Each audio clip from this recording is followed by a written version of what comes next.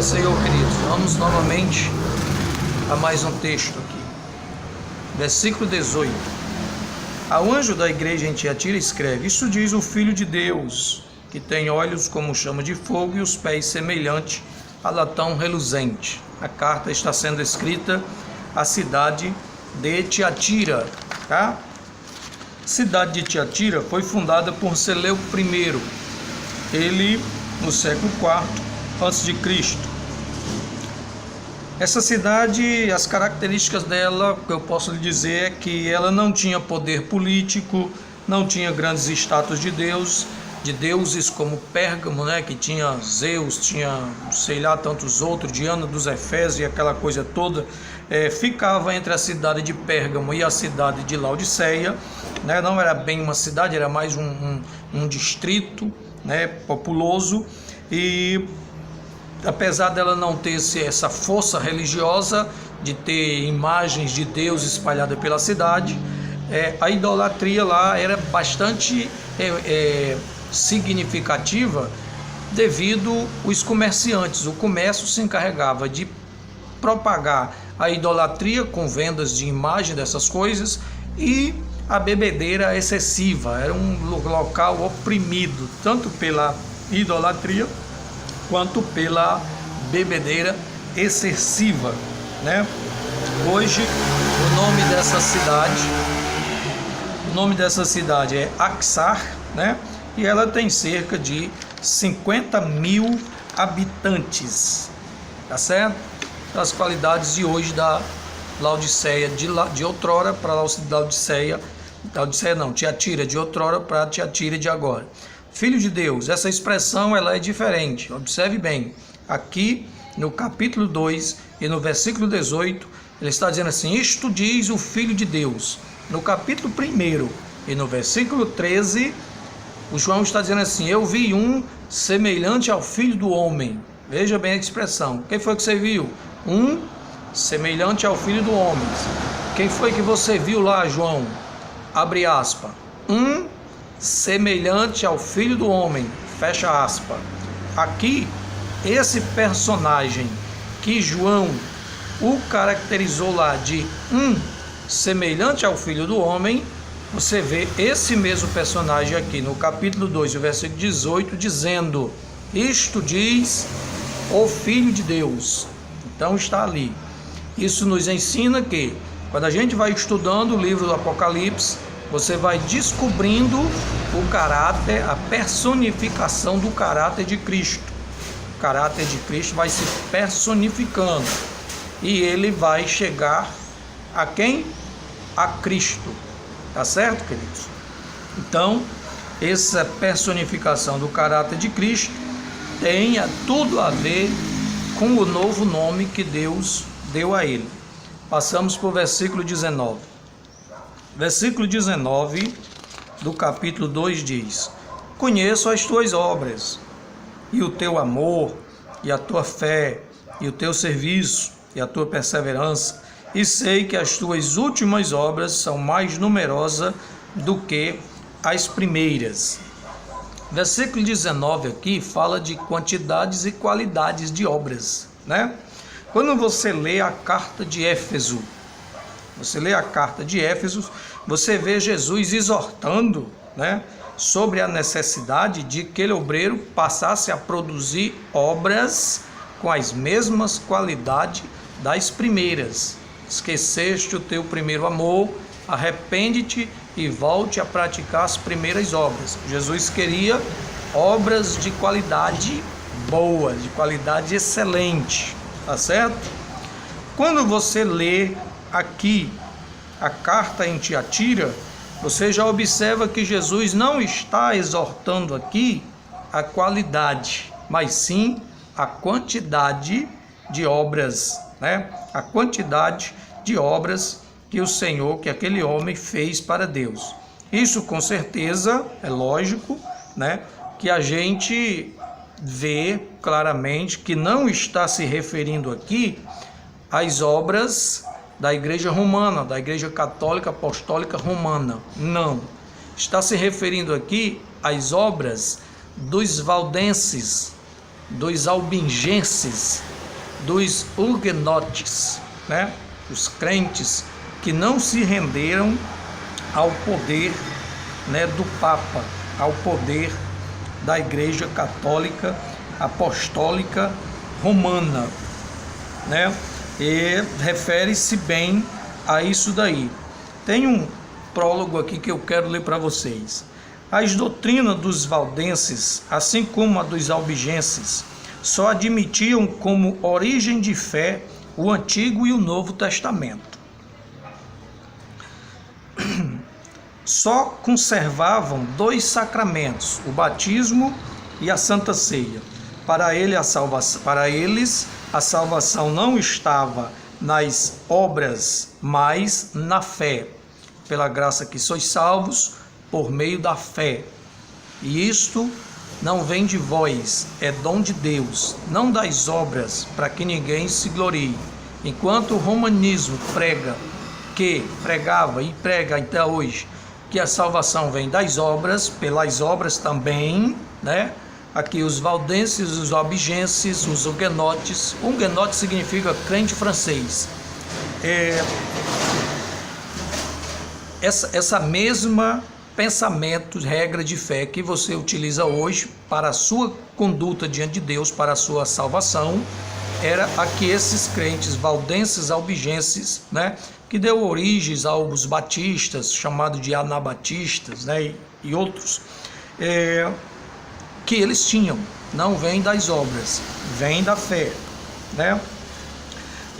Esses povos simples e humildes, considerados escória pela Igreja Romana, foram o principal motivo da chamada Santa Inquisição, aquela que levava as pessoas para as fogueiras, né?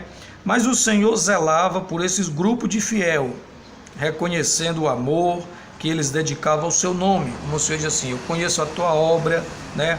Conheço o teu amor, conheço a tua fé, o teu serviço e a tua perseverança. Olha, irmão, aqui eu estou falando dos crentes do passado, mas no crente de hoje, né? Eu quero que você saiba que o Senhor Jesus conhece você. Ele conhece a sua fé, Ele conhece as suas obras, Ele conhece a sua perseverança, se é que você é perseverante. Se você tem perseverança, o Senhor conhece. Ele conhece o seu serviço. Quando você o serve, presta o serviço a Ele, o Senhor conhece, tá certo? E essas cartas escritas para lá, não é só para ser admirada não, é para ser vivida por nós, tá certo? E a partir dessa época passou então as grandes perseguições, tá certo, queridos? Vamos ao versículo 20. Versículo 20. Eu aconselharia vocês a ler a história dos valdenses e dos albigenses, tá certo? Versículo 20 diz: mas tenho contra ti que toleras a mulher Jezabel, que se diz profetiza. Ela ensina e seduz os meus servos a se prostituírem e a comerem das coisas sacrificadas a ídolo. Outra vez eu quero chamar a sua atenção para dizer: a carta tem uma ordem para ser escrita ao anjo da igreja, para ser escrita a você que é pastor, que é dirigente. Não importa se você é consagrado, né? Se já puseram a mão na sua cabeça.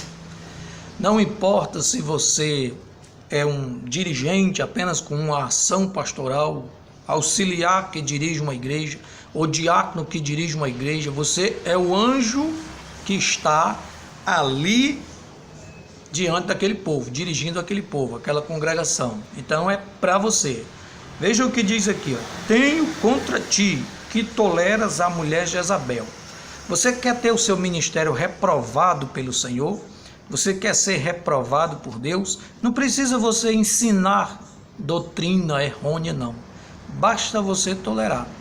Se você tolerar a doutrina errônea, né, o Senhor vai ter algo contra você. Basta tolerar. Aquele povo que está lá, aquela mulher que está lá, que não se converte nunca, que se levanta contra toda a doutrina de Deus, a palavra de Deus. Ah, pastor, mas você só tem esse versículo aí para dizer essas coisas aí do livro do Apocalipse. Vá ler, lá em Romanos capítulo 1 e o versículo 32. O que que diz ali? Romanos 1:32. Aqui.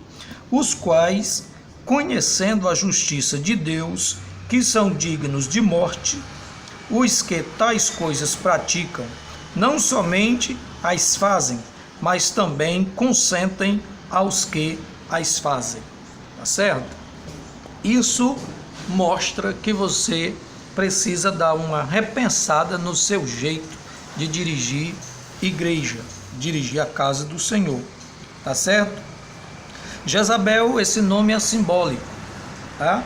É simbólico, mas não vá relaxar. Não, isso aqui é simbologia. Não vá pensar isso não. É simbólico, mas a personagem estava dentro da igreja. A personagem estava lá. Tratava-se de uma mulher. Essa mulher podia ter o nome de Irmã Maria, Irmã Fransquinha, Irmã Joana, Tiburcina, Filismina, sei lá o que. Mas o Senhor a chamou de a mulher Jezabel. Fazendo uma referência, quando eu digo que é simbólico, ela simboliza a Jezabel lá de 1 Reis, capítulo 16, quando a Jezabel, esposa de Acabe, fez com que Israel se prostituísse, ensinou as idolatrias, o paganismo, o povo a fazer pedido e orações ao Baal. Tudo isso veio por causa da Jezabel. Então, uma mulher que não se converteu, que se levanta contra tudo que é santo diante de Deus, que se finge aceitar, mas por trás fica murmurando, dizendo coisas, não, isso não é assim não é desse jeito que funciona, não é bem assim não, Deus não é assim dessa maneira não. Essa pessoa não conhece o caráter santo de Deus e quer ensinar o povo a fazer coisas erradas, coisas errôneas dentro da igreja. E o pastor está lá só olhando. Não vou dizer nada, porque se eu disser, essa mulher ela vai sair da igreja e arriscar de arrastar um bocado. Se você não fizer nada, o Senhor vai vir e vai tirar você de lá. Porque você não pode ter medo, né? O homem de Deus, eu sempre digo, ele não tem medo de rastro de onça. Aliás, ele não tem medo nem de onça. Imagine do rastro da onça. Tá certo, irmãos? Então vamos falando aqui acerca da Jezabel. Foi a partir dessa época, na época de Jezabel, que houve perseguições dentro de Israel. O profeta Elias enfrentou essa maldição, né? O profeta Eliseu também enfrentaram essa mulher, essa pessoa, essa personagem terrível de Israel, e ela tem autoridade da igreja, ela é a esposa do rei, tá certo? Então não pense que é uma pessoa qualquer não. Você pode ter dentro da sua congregação uma mulher Jezabel ensinando o povo de Deus a se misturar. Essa prostituição aqui, a qual a Bíblia está se referindo, né? Prostituição, adultério, essa coisa. O que é adultério? Adultério, você, por exemplo, você pede um copo de água pura e um cafezinho, para você tomar água e depois beber o cafezinho.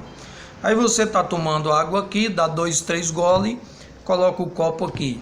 Aí vem uma pessoa desavisada, pega o cafezinho e coloca dentro da sua água. Aquela água está pura? Não, aquela água foi adulterada, certo? Então adultério é mistura com coisa que não é pura.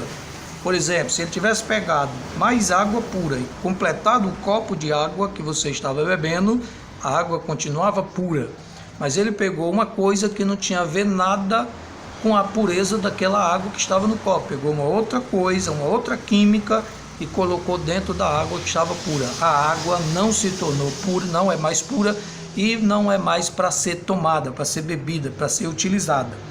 Então, quando você pega, está dando uma doutrina pura de Deus e vem uma outra pessoa e começa a ensinar coisas que pertencem ou ao mundo ou ao inferno, e passa a misturar aquilo no púlpito da igreja, ensinando o povo, isso é adultério da palavra do Senhor, da palavra pregada, né? E as impurezas, está prostituindo, misturando ali tudo aquilo que é sagrado. Mas o Senhor conhece o que é santo e o que é profano, e ele faz a distinção, né, de tudo isso daí, tá certo? Essa Jezabel tornou-se na realidade o símbolo para o surgimento do gnosticismo na igreja, promovendo a prostituição do corpo a partir da corrupção do espírito. A prostituição do corpo é pecado contra o corpo, né, que é o templo do Espírito Santo, né, que habita em nós. 1 Coríntios capítulo 3, versículos 16 e 17. Além disso, é a partir dessa época que são incrementadas as cruéis perseguições aos verdadeiros cristãos. Mateus capítulo 5, versículo 11 e o versículo 12. Essa época, estou me referindo a Jezabel aqui do Apocalipse, tá certo? O paganismo que assolava a igreja em toda a sua gama de mentiras, feitiçarias, idolatrias, né? É o mesmo que se perseguiu impiedosamente os profetas do Senhor no Velho Testamento. Essa Jezabel do Apocalipse aqui, da igreja de Tiatira, nesse período da igreja de Tiatira se iniciou essas perseguições mais terríveis e cruéis contra os cristãos, né? Essa mulher ensinando essas coisas, e passou então o povo a se misturar, e Deus, na tentativa de purificar o seu povo, né, o remanescente passou a ser perseguido. Quanto mais o sangue do povo era derramado, dos inocentes do Senhor era derramado, mais surgia crente em tudo que era canto. Da mesma maneira como a Jezabel do Velho Testamento passou, a partir da época dela, passou-se a perseguição e a matança de todos aqueles profetas do Senhor. É tanto que Elias fez o que fez, e o ministério de Eliseu, como você conhece muito bem. Versículo seria até aqui esse versículo, para que a gente possa passar ao próximo texto. Mas antes, deixe eu ler aqui um pequeno prólogo para que fique mais firmado na sua mente e na sua cabeça. Apesar do zelo dos missionários do Senhor, né, as trevas aumentaram por todos os lados, e o poder da corrupção de Roma aumentou também de uma maneira assustadora. A simplicidade do culto cristão tornou-se em missa, né, e aquele panteão de coisas, de modificações que passaram a ser incrementados na liturgia do culto, que deixou de ser culto e passou a ser missa, né? Nesse tempo, que foi o tempo de um cidadão chamado Gregório, esse cidadão, ele apresentou a doutrina do purgatório, né? Ele apresentou essa doutrina do purgatório, que passou a ser discutida nos concílios, né? Ele, inclusive, na sua preleção, quando foi apresentar a doutrina do purgatório, ele falou de uma tal de purificação pelo fogo, né? Aquilo que o apóstolo Paulo fala, se referindo a uma outra coisa totalmente diferente daquilo que ele propôs, que seria a criação do purgatório, a purificação pelo fogo. Nós sabemos que o sangue de Jesus Cristo nos purifica de todo o pecado. Aquele que aceita Jesus como Salvador, o sangue de Jesus Cristo purifica de todo o pecado. Então, quando você morre, não tem mais pecado para ir queimar em purgatório nenhum. Aliás, purgatório nem existe, né? Então, a maior parte da religião apelava para os sentidos carnais do que para a compreensão espiritual do homem. Aqueles que quisessem satisfazer o seu amor pelos prazeres mundanos sobre a capa da religião podiam achar muita ocasião nos dias de festas pagãs, enquanto que os espíritos supersticiosos podiam encontrar incitamento para a sua fatal incredulidade nos milagres extraordinários. que diziam eles, os ossos dos santos podiam fazer. Então você veja aqui que a partir desse período passa-se a incrementar, jogando dentro do cristianismo, da cristandade, essas práticas pagãs. Era a fusão ali de duas correntes, o paganismo e o cristianismo. Foi nisso que fundou, nessa junção, fundou-se então aí, passou a fazer parte do incremento, né, que é a liturgia, a doutrina da Igreja Católica Apostólica Romana. Mistura de paganismo com cristianismo. Tá certo? Vamos ficar hoje por aqui com esses vídeos que fizemos e prosseguimos amanhã com novas maravilhas de Deus para os irmãos. Oremos. Pai, nós te agradecemos. Eu te agradeço por esse momento, pela tua palavra, que seja esclarecedora e que o teu povo possa, meu Senhor, se alimentar desta palavra no nome do Senhor Jesus Cristo. Amém, Jesus.